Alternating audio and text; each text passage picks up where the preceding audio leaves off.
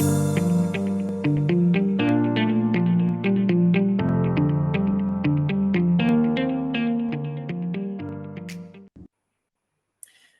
everyone, and welcome back to the Web3 Native Podcast. I know it's been a little bit while since we had the last episode, so thank you for following us. And today, we are continuing our DAO Mini Series with Eyal from DeepDAO. Hello. Hey, Shi Khai. Hey, everyone. Great to be here. All right.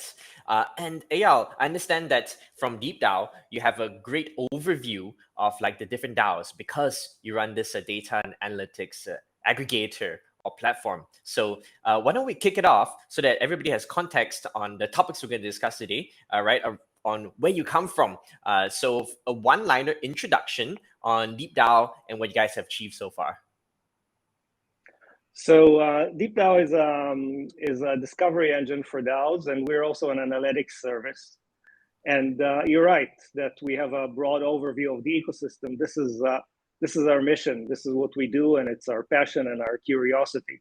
So currently, we have close to 5,000 DAOs on our dashboard, supporting several platforms: Snapshot, Aragon, Compound Governance, and others. And we're greedy. We're trying to get all the DAO data that we can and analyze it and understand it and make it available for people. Awesome. And indeed, I think the passion to actually unearth all this data and aggregate them together comes from some of your personal motivation and personal background, right? So I know you have a very interesting backstory, Eyal. So would love to hear that as well. Yeah, so I've been in software and product for some 20 years in Israel and in the US. And on the side, I was also an activist. So I was part of several groups that had the ambition to be decentralized even before the word existed. Because the decentralization movement exists actually for several decades already.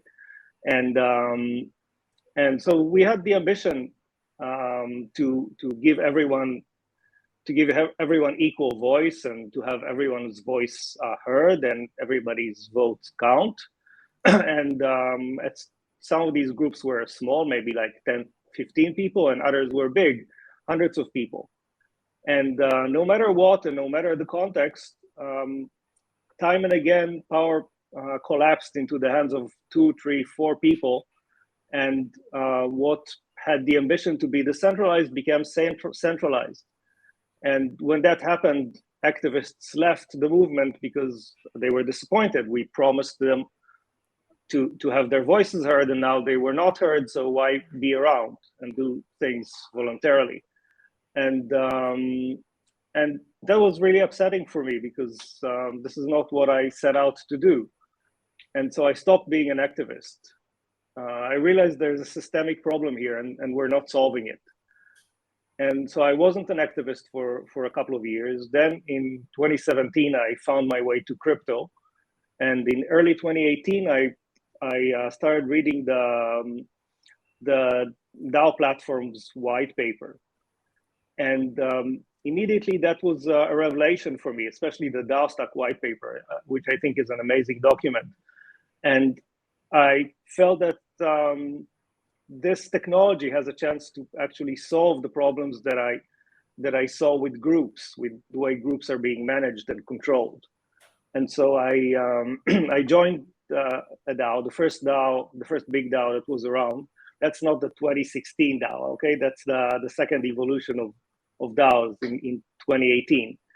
And started hanging out with people in the chat groups, and then it was possible to create proposals and do votes, and I started doing that as well.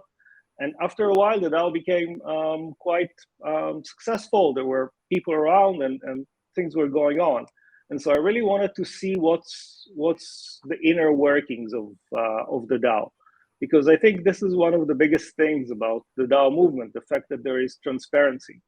And you can understand the DAO in a deeper sense than you can understand any group that's outside of the blockchain.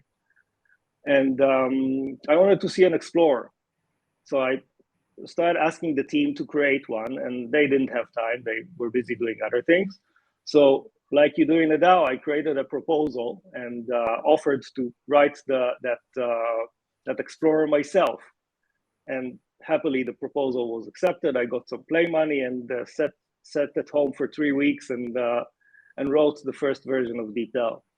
And that's where it started. All right. And here we are, like you said today, we're tracking more than 5,000 DAOs. And as I understand, we're tracking all sorts of data points, right? From the treasury to the proposals to the people, and there are different perspectives to draw on. But first, if I may just also just go back a little bit, because now, not just from the first DAO that you joined that you're tracking, we're tracking so many thousands of them. And in a way, to select these thousands to even track in the first place, we first have to kind of make a distinction of like what qualifies as a DAO, right? I think, and that's not so easy to differentiate, because with like other assets, like for example, with tokens, ERC20 tokens, there's a clear standard. We just track all of them, and then we get the asset data, and then we can get prices and so on. Right, and distribution. With NFTs, similar, right? That's ERC721. We know what we're getting, and you can index metadata and so on. With DAOs, there's like NFT communities, there's multi-sig wallets, and then Snapshot uses ENS as the representative. So how do you actually classify like a group of people? Like, when does it become a DAO? Okay, that's a great question, and there are many answers. And historically, the purists, the 2018 people, we wanted everything to be on chain, so that everything is so that taking the trustlessness idea into a but I wouldn't say extreme, but into the most basic way. Just put everything on chain, and everything is trackable, and nothing can be censored, and nothing can be modified. So and that was the first iteration. Then gas fees hit, gas fees on Ethereum. And all of a sudden, creating a proposal was potentially over $100, and voting was $30, and it became impossible to do for anybody who's not already rich. And so things were sort of slow for a while, and then there were L2s that gave you a better option for lower gas fees, and then Snapshot came with off-chain voting, and it exploded really.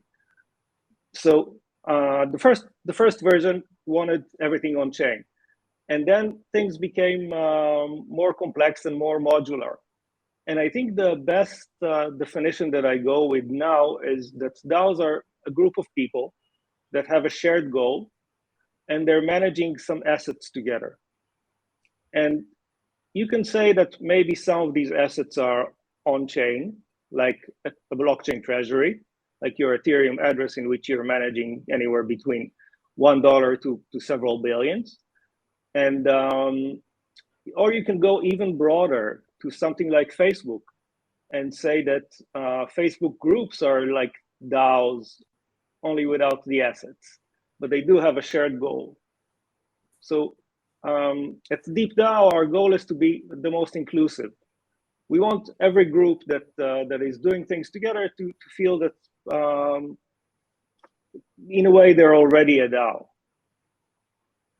I see. So we started with on-chain data, and now we are also aggregating both on-chain and off-chain data.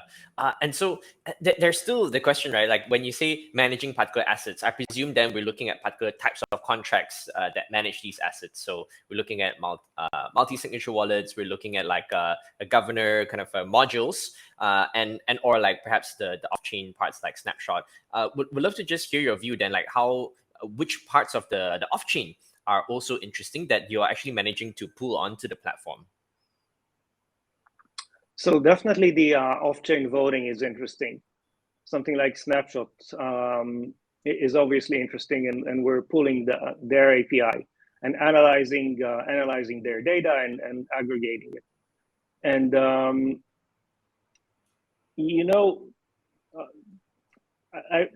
it's difficult to say what other off-chain things are important, because it's a growing field. So there are many tools, and many of them are just an interface to the on-chain data. So there are several interfaces for example, for Gnosis chain. And there are other tools that that are built on top of voting systems, like, for example, on top of Governor, the compound governance. So I think there's a clear understanding that you need to use UI. You need to use UI UX, and you need to improve it in the DAO ecosystem to have the DAOs be accessible. And so our goal is to track all of these things. We think all of them are important because DAOs are organizations, and organizations are being managed by a variety of tools, whether it's in the old world or in the DAO world. There are dozens of tools that you need to manage an organization, and it's the same thing with a DAO. Definitely. Yeah, I think the reason I'm interested in this topic is because by virtue of tracking or surfacing, making transparent these metrics, often they become like the measures of success, right? And also they become like the measures of like insights or the ways that we track contribution. Because if there's no way for us to aggregate it, put it on chain, or at least make it publicly available, it's very hard to translate that into any kind of like useful progress or product, so to speak. So in this case, like currently, I understand, as you have mentioned, the key focus, the first parameter is that, or in the first definition is that they are managing a pool of shared assets. And so we have multiple people managing a shared pool of assets.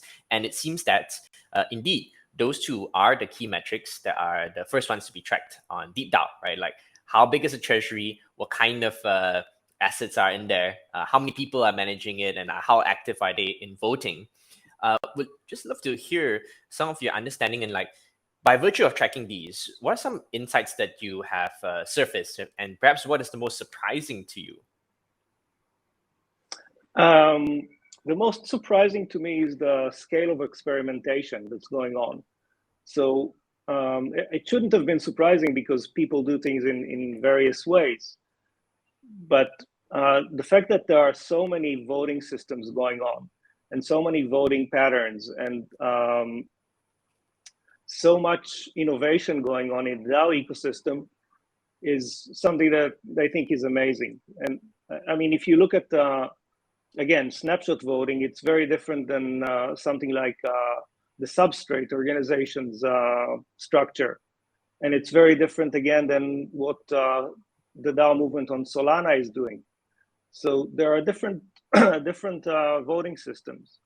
So that's one thing. And the second thing is, I think, contrary to what people are usually saying, I think participation is actually not low at all in DAOs. It's actually high.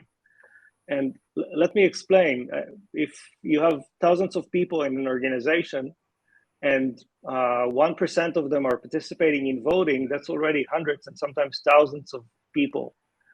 And these people are involved in decision-making sometimes on a daily basis. If you look at the feed page on DeepDAO, you can see that some DAOs are making dozens of decisions a week. And dozens of decisions a week is a lot, because you really need to involve to understand the topic that you're working on, and to have an opinion about it, and then actually come to care so much that you actually put in some time and maybe some money into voting on it. And that's not trivial at all. Think about ourselves. We don't do that every day, for unless something is really important for us. And I think this is the fact that there are so many votes going on is really surprising and delightful. I'm very happy to see it. Wow, yeah, I think voter apathy has been like such an obvious phenomenon that it is indeed, well, I guess reassuring to hear that there's good activity. Well, at least the different perspective is that there is a core group that's super active, right? And sometimes it almost feels like, I think as many people have criticized DAO governance, that it is all kind of like a play acting, right? You have like this small group that can then like push forward the proposals, get the stakeholders together, and usually it's the big token holders, investors, whales, to then push forward on the proposals. What is your response to that? Like, and what does the data say? You know, firstly, is it true? And then like, what's the truth? Okay, so welcome to the world. We did not revolutionize everything. We did not change human nature, and we did not change the the socioeconomic system because we put some data on blockchains. What we did is we allowed many more people to get involved, and we allowed for the data to be seen and commented on. So in an old group, like in the groups I was in, the 3 or 4 people in power never said that they were in power. They never admitted that. They said they're just taking on extra responsibility and that nobody else cares about decisions, and so they have to do it because they're carrying the burden. There's actually a researcher in the 70s who called this the invisible elite. And she said that when a group does not have structure, the structure is actually there, it's just hidden. And it allows people to take control without admitting it. So now, look what happens in DAOs.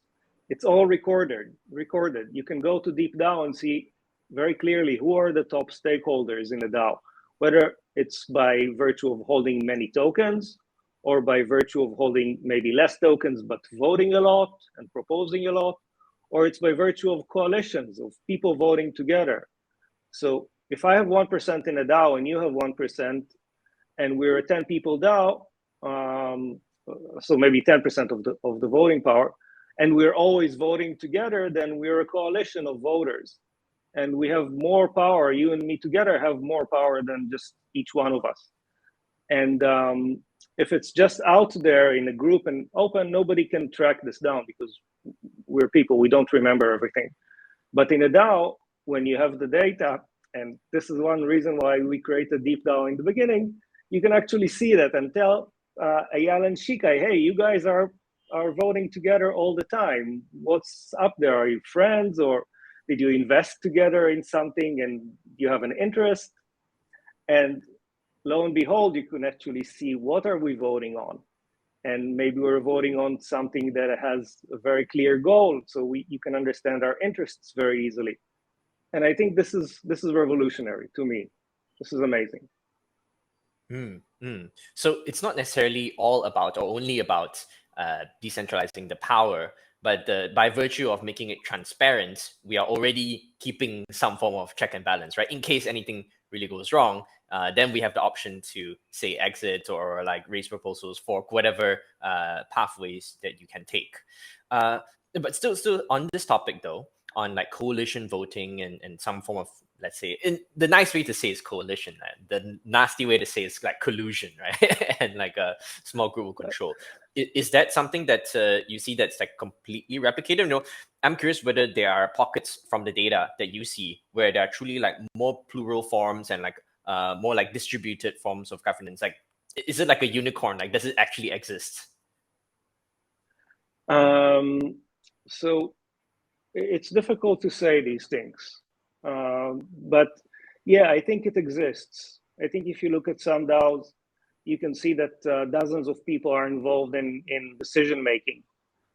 And we're actually, one of our data scientists did an analysis of large DAOs, and you can see 3 distinct groups of people. Like this large group of people who vote with each other, and the second large group who vote with each other, and a smaller group of dissidents who usually vote against the grain.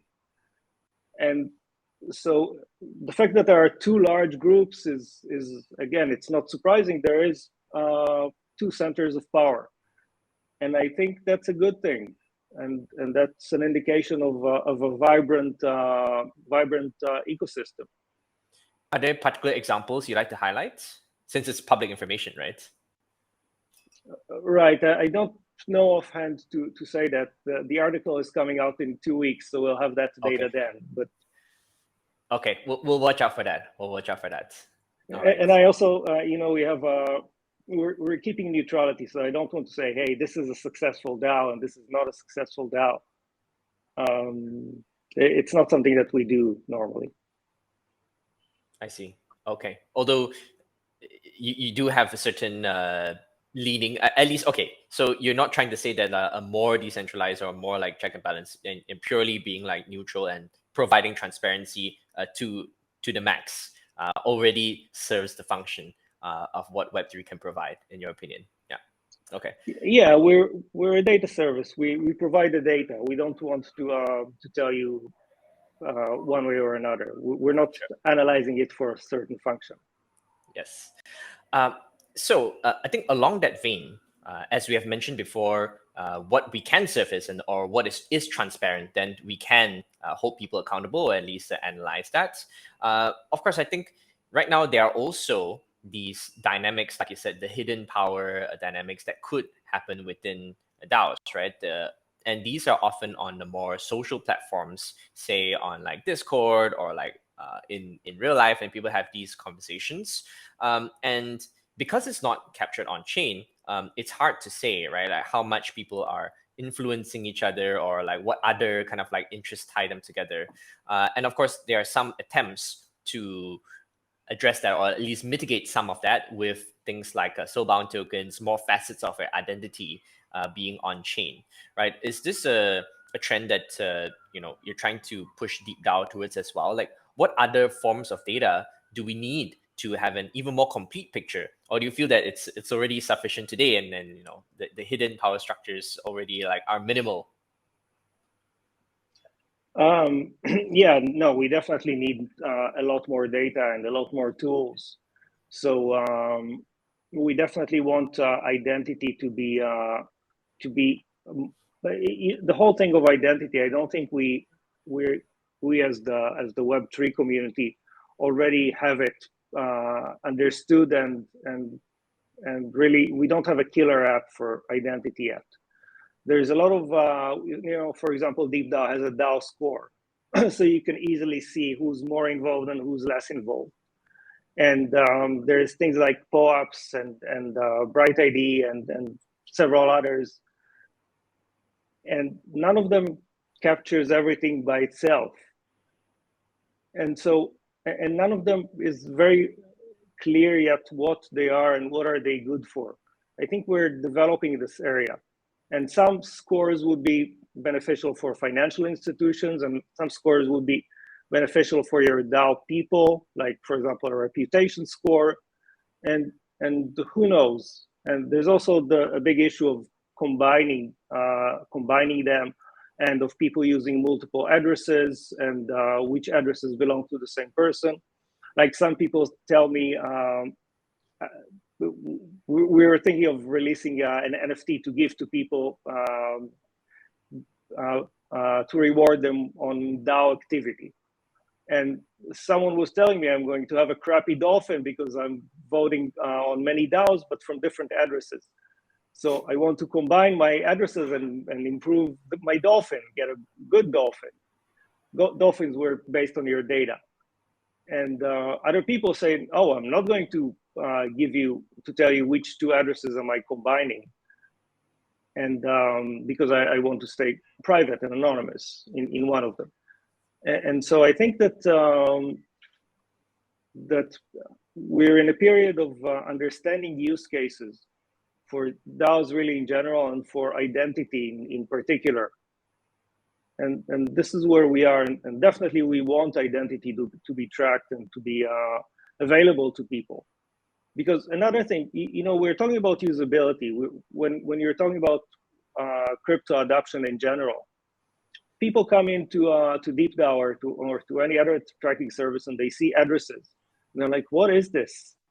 How am I going to even remember it? If you're telling me that these top 5 addresses are controlling the DAO, but who are they? I mean, I don't know anything about them. So you want to be you want to personalize things.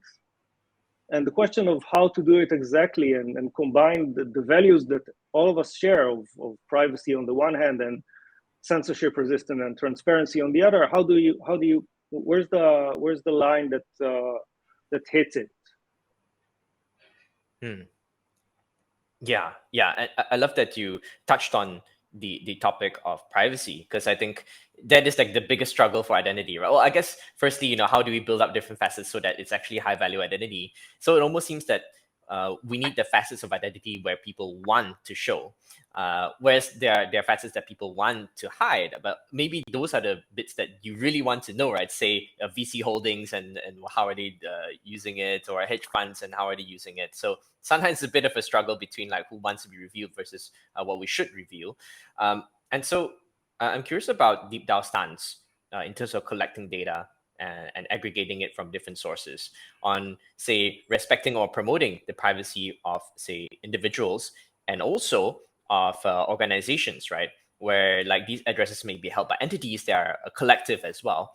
And even the DAO itself, you might argue, when we move up to the application layer, might not want to review all of its business operations and like who it's working with to its competitors if it's a very direct competing product. So how do you see this topic of privacy playing out?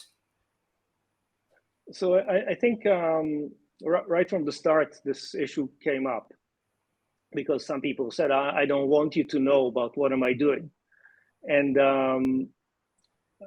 our response to that is, that's great, that's fine. DeepDAO is a service for people who want to be found and want to be understood and want to be transparent. And if this is a value for you, then great. We'll be happy to track your data. And if not, that's fine too. Well, you don't have to. And you're right. Certain DAOs, if you look at so each proposal in a DAO has like usually a title and a description. And sometimes it's very descriptive. You know exactly what's being asked here. And sometimes it just says side pocket 532, something like that, and that's it. And you have no idea what it is. Yeah, the discussions already happened off chain. Yeah. Yes, exactly. The discussion already happened and things are done, and people are just voting on something. And that's fine. That's perfectly fine. You can still understand things even about the private DAOs as long as they expose any data at all. You can still know that, for example, in 1 month they have 5 proposals, and in another month they have 20, and in 1 month 80% of the proposals are accepted, and in another one 80 are rejected, and how many people are voting. So everything is anonymous, right? But you still know that 10 people voted on a proposal in average in 1 month, and then on another month 50 people voted. And so you know the volume of what's going on. And even more interesting, you know if there is consensus in a DAO or if there is contention. So you know that maybe out of everybody that voted, it was decided 52 to 48, or it was decided 95 to 5. So these things are really, it's possible to understand the organization still, even if you don't know any of the content.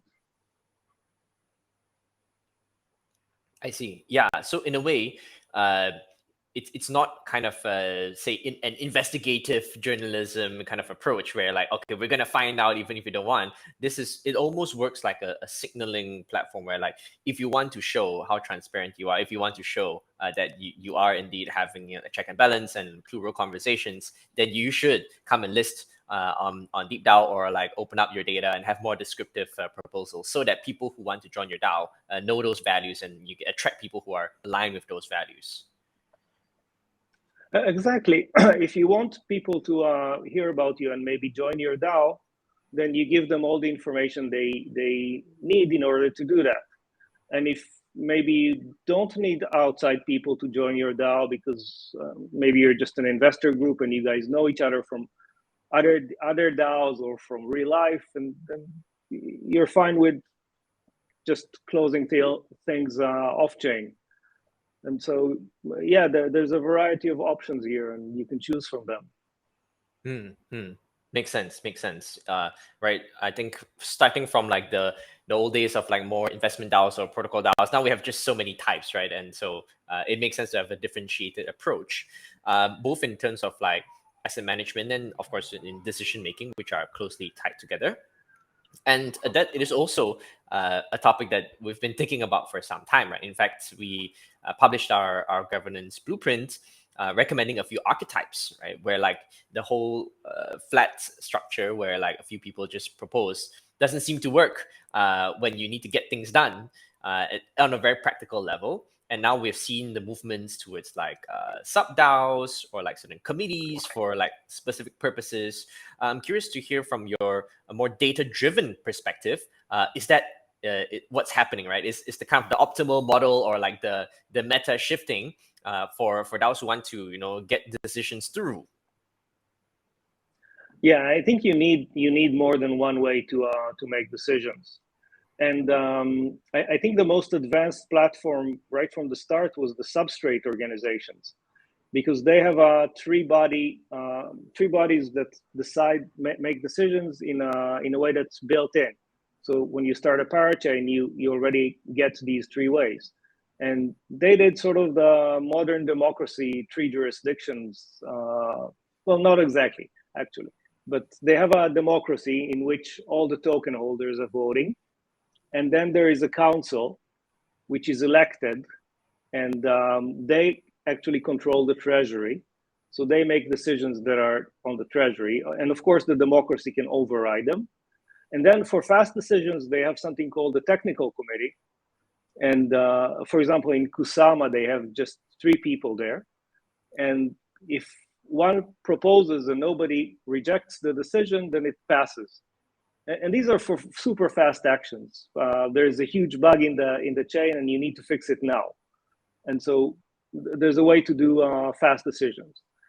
And then we have other approaches of really sub-DAOs, or should we shy away from calling them departments?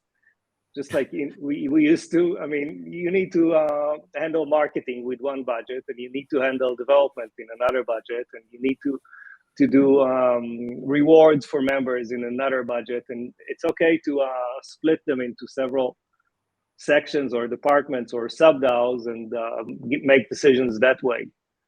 And yeah, I think it's a must. You cannot, if you're a multi-billion dollars DAO, you cannot make a $500 decision with a quorum of 1% out of 300,000 token holders. It's ridiculous. Of course, you need to have sub-DAOs. Yeah. So increasingly, that's the understanding that we have as well, is that humans have been playing the coordination game for millennia, right? And we have figured out a few ways to now have, like, I guess, stable ways to cooperate. Like, of course, the democracy with the checks and balances is one of the dominant ways to do so. And hence we have kind of replicated that with the Polkadot model. And then we have the corporate model, where you have like divisions and like each having clear goals and clear budgets and clear personnel who are responsible for those. And that gets things done. And of course, we have like these smaller partnerships, right? Limited partnerships where, let's say, you're making investment decisions. It's a little investment council, and that can go through very quickly. And we have seen that with investment DAOs, crowdfunding, so on.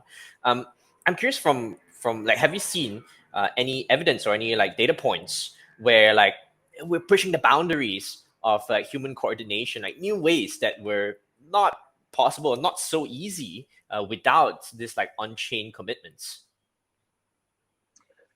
Yeah, I was commenting on it earlier. There are hundreds, maybe thousands of votes going on every day, managing billions of dollars, and that was not possible before, and that it did not exist before, not on a scale that is so fast. And you can see that. You can go to DeepDAO, and we have a feed that has all the proposals in the ecosystem, and you can see sometimes huge numbers of voters on decisions, and hundreds of votes, people voting against, people voting for. And I think this is definitely, we are coordinating in a way that we're not able to do before.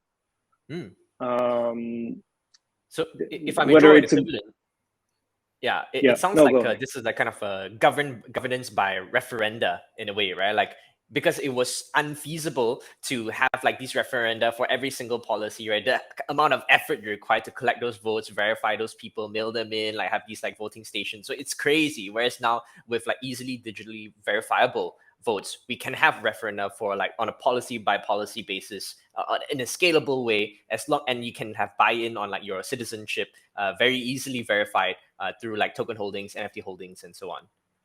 If that's what you're getting at. Yeah, absolutely. I think if you look at proposals and you see a lot of proposals in the DAO, and you see a lot of votes on each proposal, and you are able to see all the coalitions, that's a higher level of coordination than what we used to have. And I agree, it goes back hundreds, thousands of years. The ability to coordinate on such a high level never existed. I don't think it's right to say that DAOs invented this high level even on the internet age. If you look at gaming, people in games work together. Like 15-year-olds and 12-year-olds are playing in guilds and communicating with each other and running military like operations together, and already doing that in real time. And they have artifacts that has monetary value in some ways. So it was never done in a corporate way, the way in a way that actually manages assets in a way that before the DAO movement. And again, also there's immediate execution of decisions. That is sometimes in some of the platforms you have it still, everything happens on chain. So a DAO makes a decision and money moves from one place to another. That's a big deal that never existed before. Oh yeah, the automated execution, especially when it regards to assets, or even actually now code implementation, right? Where you push the next version of the smart contracts by voting. Wow, that's a commitment that you couldn't have made, right? Tying it from the voting right there. Indeed. If I may go to one of the very thorny issues, come back as well, because I think still a lot of skepticism around the apathy part, right? And it's just incredible, like I said, how surprising it is that people are voting. And in the case of like those gamers or people who want to collectively invest, it's quite clear their incentives are there, right? Their money is there, or they're playing this game and they want to like level up their characters and so on. With many of the larger kind of institutions, unless there's a wide policy that affects everybody, right? Great tokenomics changes, like big version upgrades or like meta governance kind of proposals. Often like people might not be so engaged. And one answer that people have been toying with, and I think quite a few DAOs have experimented with, is incentives with DAO voting, right? Be it from like a delegate perspective and like rewarding them and rewarding people who delegate to them, or from like a direct voting perspective, right? Giving POABs, giving NFTs. And I'm curious to hear from a data-driven point of view, right? Have we seen these experiments play out, and like what were some of the data outcomes that we have seen from those experiments? So I think these things are still very early. It's hard for me to say that we have conclusive data on whether the approach works and to what extent. But yeah, I mean, rewarding people in DAOs with the NFTs and POAPs happens all the time. And I think these approaches are. I'm not sure they're going to be very successful beyond raising the numbers in a way that is maybe not fully fully interesting, because there is a problem of expertise when you come to make decisions. You need to actually put some time and understand what's going on. And if you're going to to make important decisions like platform level decisions or big financial decisions, you really need to put time and understand what's happening. And so I think the challenge is more to make information and make the data available for people so that they can actually make the decision and not, so that you wouldn't need to put in a whole day into understanding something, but you could do it in maybe 30 minutes or an hour. And to lower the level of commitment that we are asking from people in order to come and participate in the decision making that we're organizing. Yeah, makes sense. There's a big risk of like if you just add some incentives in there, you distort the actual outcomes because people just vote whichever way, right, without realizing. Whereas it might make more sense to invest in or incentivize the actions, the input actions of like learning about the proposals or reducing the barrier through something like a DeepDAO, perhaps, of learning about the context of these proposals. And in fact, that's something I think a lot of teams are trying to resolve as well, right? Like trying to help people understand it quicker, be it like who came out with it, what the implications, motivations. To a certain extent, some of the proposals themselves have been modified to be more complete, to include all of these sections.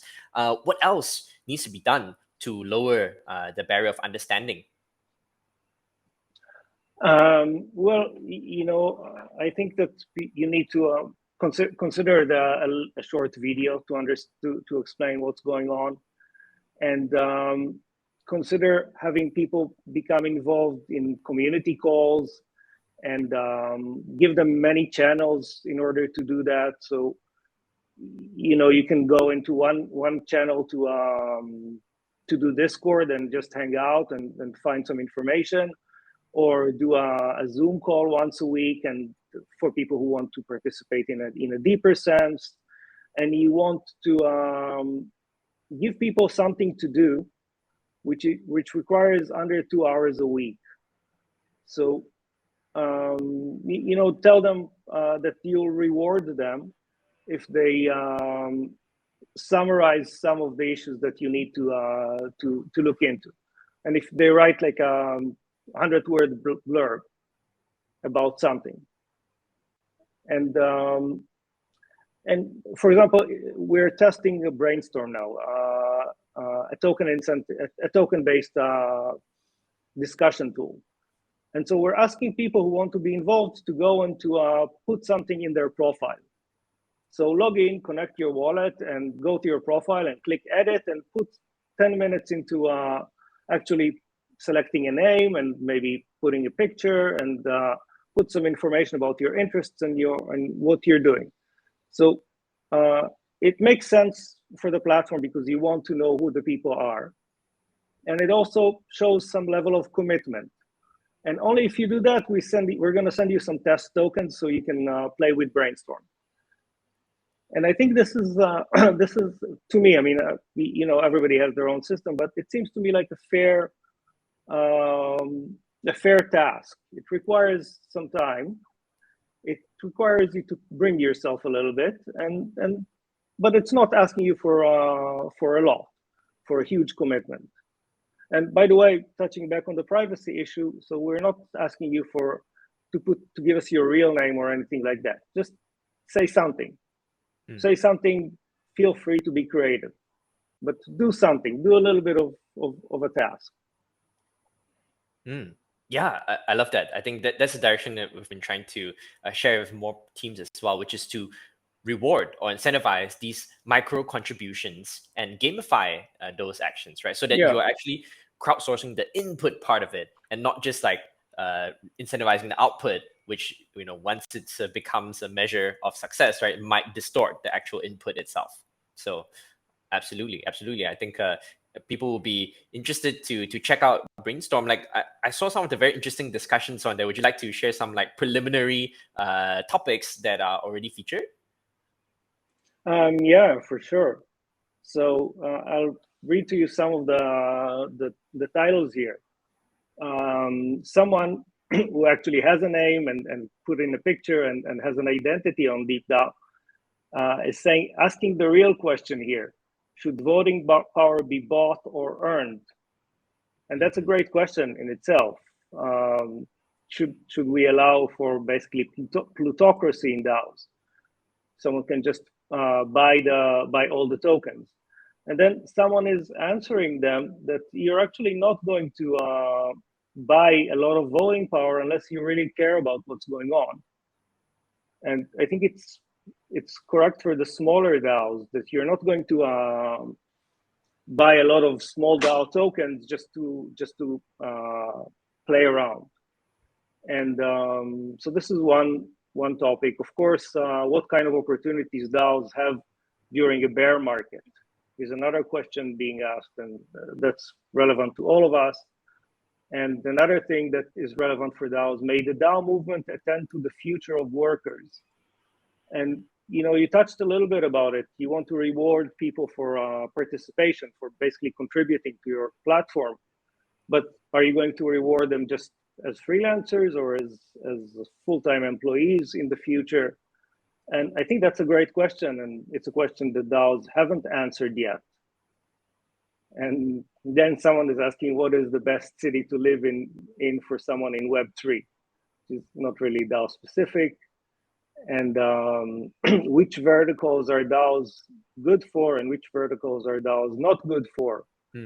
And so on and so forth. And you see, there's a lot of questions in the DAO ecosystem that right now are being developed, and they're not answered yet in a clear way, in one definitive way.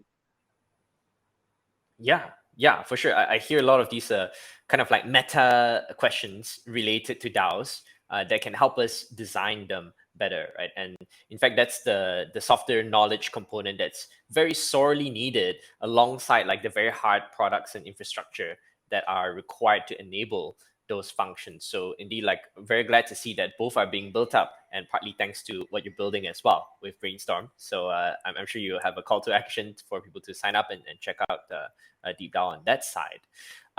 If I may move towards the closing of this episode, I just want to kind of like zoom out and like go towards the end game now, right? If we look at like where do we want DAOs to be, right? Do we want, just like how blockchains eventually we want them to be invisible? Nobody says I'm using blockchain, I'm using internet, you just use it. And so how do we see it, right? Is the end game that like nation states, all companies, all like friend groups, like gaming guilds, like all of these are considered kind of like DAOs and will use these similar tools and practices that we have condensed within the Web3 world? And how will we get there? What are the components that are still needed today? Okay, great question. So I looked the other day at everybody's asking me what are you projecting? How many DAOs are going to be in 5 years, and how much money would they manage? And so I Googled a little bit, and LinkedIn seems to have 57 million companies. And according to one source, there are 620 million groups on Facebook. So I think this is the moonshot, the goal eventually. But if you think, let's take the 620 million. What percentage of these groups want to actually manage assets together? And I think if you're looking at, I don't know, 5% or 1%, if 1% of these groups want to manage assets together, then we're talking millions of DAOs. And millions of DAOs is already means that there are probably hundreds of tools that are operational. Tools for, if you look at DeepDAO, there is a tools page, and there are categories for the tools. So you need to launch a DAO, you need to manage community, you need to have a dispute resolution mechanism, you need to have a governance mechanism, you need to have to manage the treasury, you need to distribute money to contributors. There's a lot of tools that are needed, and many of them are very early stage or not even there. And some tools probably we haven't even thought about yet. So I think you need to develop a lot of tools, and it's happening, by the way. There's hundreds of tools in very early stage being built. Every other startup in the world, I think, is now building DAO tools. And that's great. That's that means the ecosystem is very vibrant. And now we went through quite a few of the archetypes and examples of like how DAOs are actually working compared to the Web2 organizations or traditional organizations, right? And I understand that you have prepared some really interesting stats around like actual participation, be it in terms of voting blocks, and perhaps some interesting examples of like certain exceptional cases that you like to highlight as well. So we'd love to use the DeepDAO platform to understand some of these examples and trends. Okay, terrific. Thanks, Shi Khai. So there's a talk about low participation in DAOs. And when I hear that, I kind of laugh because I think participation is great. And it really depends on the standards that you're setting. If you think that everybody should be involved in everything, then that's one standard. And it's going to be difficult to qualify for many DAOs and many groups, and really for human beings. Mm-hmm. But if you set a standard at something that's more realistic, in my view, then I think you'll be surprised. And I asked, actually, you can see some of these numbers here on DeepDAO. Mm-hmm. So, for example, you can see that Uniswap, there are 350K governance token holders, which in effect have voting power, and 4.3 active members. So it's just over 1%. And you can scroll down and see this for thousands of organizations. But I asked our developers to prepare a list of how many organizations have more than 10% participation. And apparently that's something like 140 something organizations. And 137. And wow. I think 10%. May I clarify, is it 10% of tokens or like holders? 10% of the token holders or the people with voting power actually voted on or created proposals. All right. So, and that's lifetime, you know. So if you voted once, then you count here. And I think these are huge numbers.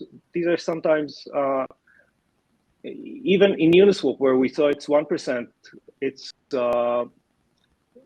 4,000 people actually participated in voting in an organization. This is a very high number. Or yeah, if you that's look pretty at insane. Gnosis, yeah, how many large organizations have thousands of people voting on their like product improvements, economics improvements, right? Exactly. And when you consider that you really need to, how difficult it is to vote. I mean, you have to go through clunky UI in crypto. I mean, that's just reality. And then you need to understand something that is quite complex at times. Then you need to actually form an opinion and vote. And thousands of people are doing it in organizations. And that's, to me, that's really impressive. And you can see here, just to add a little bit of information here. So some organizations have multiple governance platforms.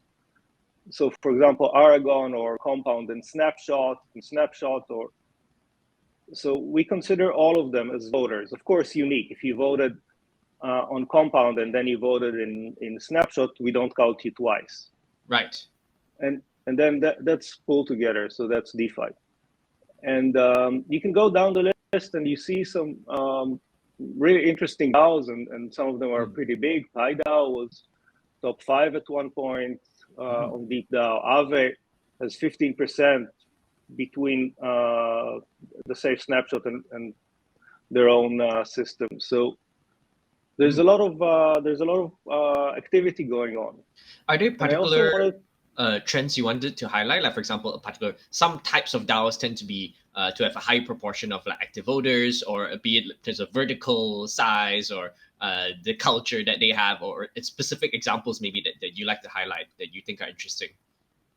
Funny that you asked, because I prepared that's perfect. Yeah. A breakdown by category. So if you look at DeepDAO, you can see that we're categorizing the DAOs. There are, I think, 10 or 11 categories. So I was really curious to see what's the percentage across categories. Yeah. So, for example, gaming, 16 organizations on our platform, 5.4%. On And average? again, on average, yes. The calculation is that in these 16 organizations, there are almost 700,000 governance token holders and 37,000 voters. So that comes down to 5.4%.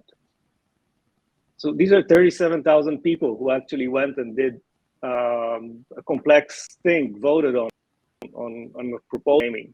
Wow. And are they unique across the different projects as well? So we kind of deduplicated that. They would. It's a good question. I'm not sure actually. I need to find out. Well, in any case, in aggregate, I guess like the activity is quite clear. Yeah. Yeah, and I think they are unique across the project. So, but I'm not sure about that actually. Well, to me, I think the standout here is with infrastructure. 59% of the voter base is active. That's really insane. I'd be really curious to understand which projects are categorized under infrastructure here. Let's look at that.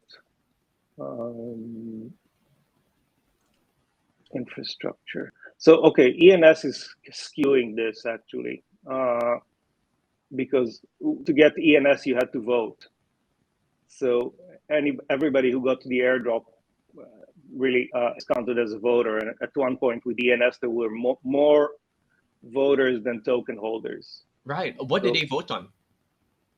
You had to vote their constitution. Ah, right. And yeah. So in a way, that's it's kind of a neat trick, right? Well, not to say it's purely a trick, but it's part of the user experience design to say that when you're about to claim the token, you have to vote as well, right? So this is something I guess other DAOs can learn from to bake it into using the product, claiming an airdrop, or even earning a token to say, hey, look, why don't you vote on this proposal if you want to be part of like this token holder base? We actually had we have team meetings on our global team meetings every now and then, and we actually had a long debate on this particular issue. Is it the right thing to do to have people to basically to force people to vote? And I think it's a good thing to do, but you really need to structure the proposal and to write the proposal in a way that would be very easy for people to understand it. And they did. It was a good job of explaining what are you voting on. And you could vote no, like not to ratify the constitution and still get your airdrop. So they did not force you to say yes, which, would be a bad sign for a project. Hmm. But they did not do that. You could vote no and get your money and be happy. I see. Of course, I think we see here that the active members are a fraction of that, maybe like 1% of that. But still, it shows that, if it comes down to it and we needed to do it again, we could use a similar mechanism, right? Yeah. So, are there other examples that you like to highlight, perhaps, or other trends?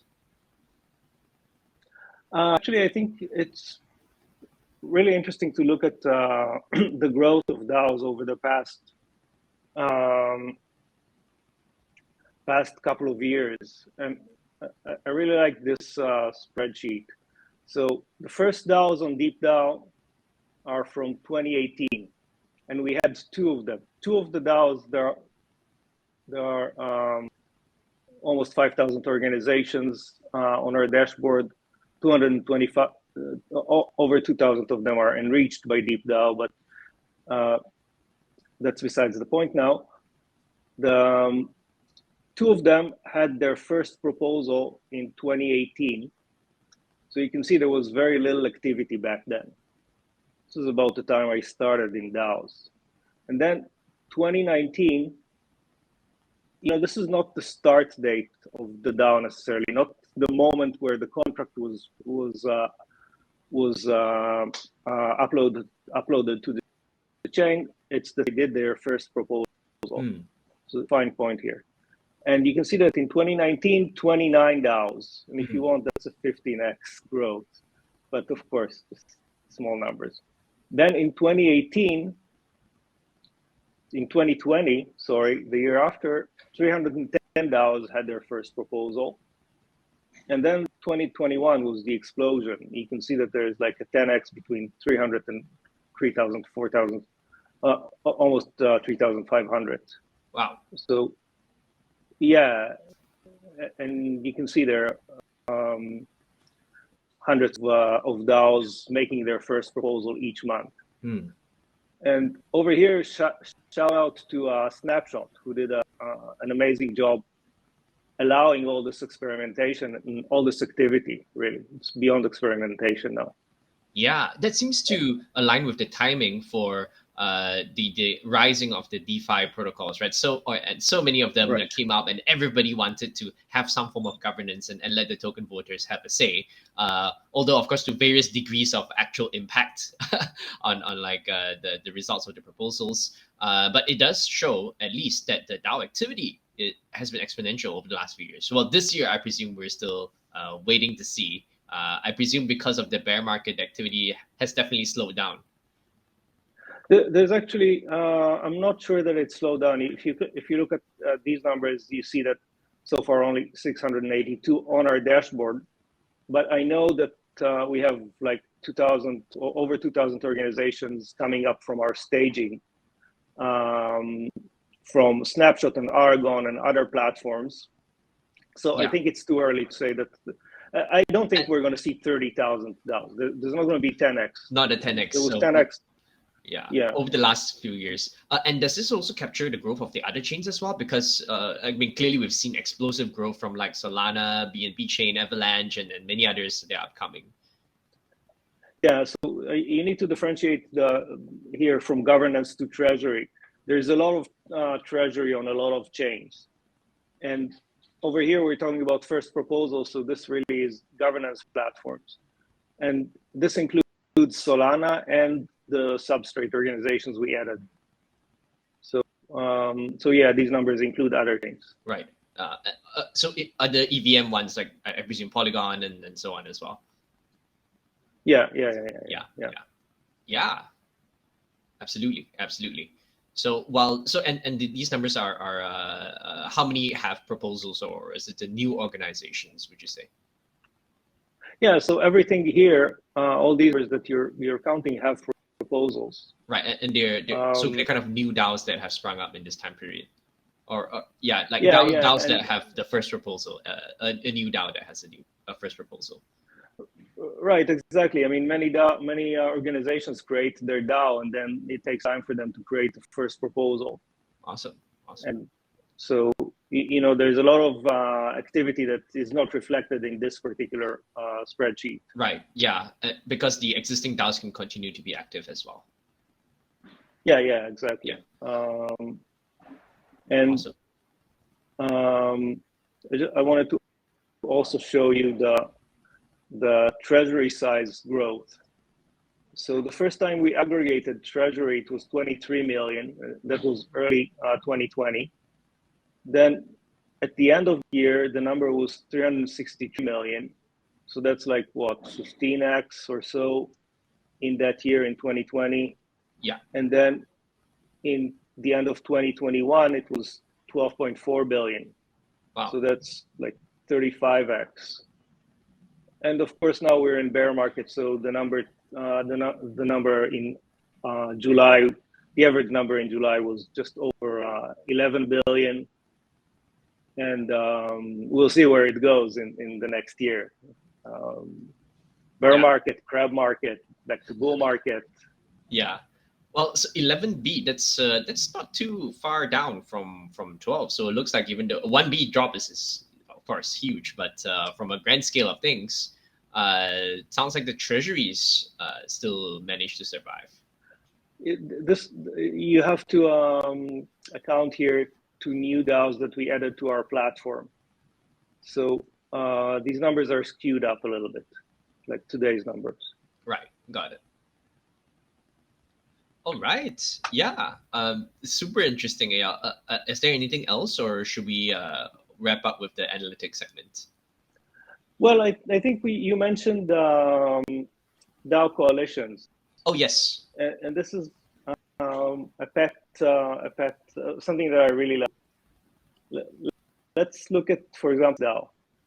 And I'm sure many of your viewers, listeners know DXDAO or know about it. It's a large organization managing almost $80 million.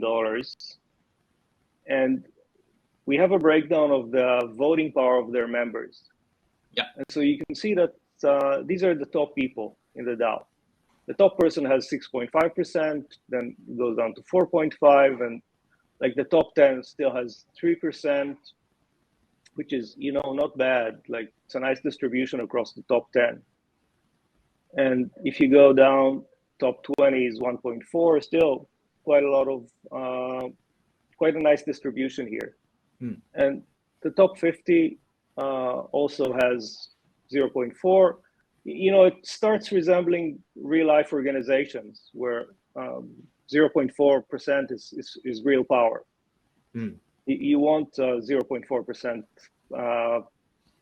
shares of a large organization. Then it goes down a little bit further. These numbers are rounded, but they're not zero in actuality. Yeah. So okay, this is nice. And then I really wanted to see what are these people doing with their power. And so this person created 20 proposals and won 90% of them. Not surprising, right? And he voted on 232 proposals and won almost each one of them.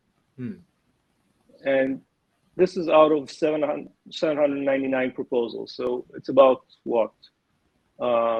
Third or about 35%. Right. But really, this is not the whole story. You want to see who is voting with whom. So we created coalitions, and this is just the top coalitions of 2 people. And you can see that the top person and this guy voted 89 times together. That's a large number. In fact, we're measuring it, so it's 11% of the proposals they voted together.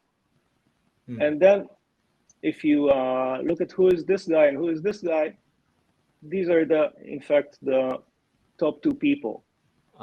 So and these two. Is there a way to visualize where multiple members? Because just a pairwise may not be the most representative of all the coalitions that are happening, right?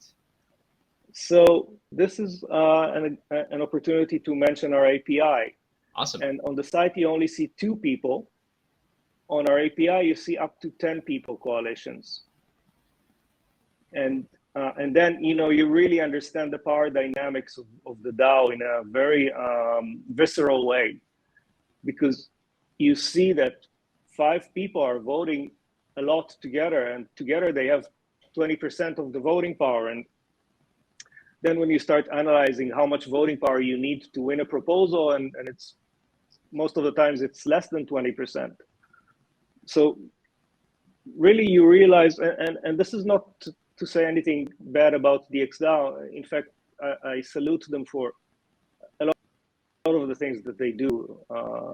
Transparency is just one of them. But this is typical to any group, to any organization in the world, to any bunch of people who are doing things together. They vote in coalitions, they side with each other. And with blockchain DAOs, you can see all of it and understand it and really know who this person is and who the other person is. And with DeepDAO, you can go to their profile. And this is my profile, by the way. And you can see all the organizations I'm in and proposals I created and the votes I created. And you understand, who am I? Who is this person voting here? It's not me, it's someone else. But you understand really what's going on. So to me, this is fascinating and exciting. Indeed. All right. And I think for people who are interested to play around with the data themselves, right? The API is open for everybody? Yes, it's open, but it is, we are a business, so you would have to pay for it. And we have, you would have to, there's a starter package with a lot of information at $25 a month, and there's a pro package at $450. And this really gives you the coalitions and whitelists. So you can whitelists are extremely powerful. We all know about airdrops. Airdrops are going to whitelists of participants, and there are you can use a whitelist to tailor NFTs and do all sorts of things like that. So with that, is there any other final kind of call to action or shout outs that you'd like to make? Definitely. One in general, go and vote in a DAO.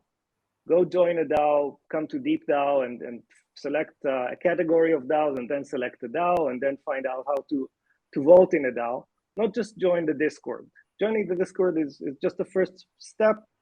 Actually practice the idea of selecting a proposal, finding something that's interesting for you, get some DAO tokens and develop an opinion and go vote. That's a big step, I think, for everyone who's coming from the outside of the DAO ecosystem. And then come to DeepDAO and start going deeper into DAOs and understanding them, and come brainstorm with us about DAOs and soon about many other things. Awesome. As I always love to say, Web3 gives back so much power to the people, right? From the ownership perspective, the transparency in terms of data, and also in terms of governance to influence the actual things that will happen. All we need to do is reach out and take it. So I hope all our viewers are inspired by the conversation here and many of the tools and platforms that you can do. And I guess we'll end here. We'll see you next time. Thanks, Shi Khai. Thanks, everyone.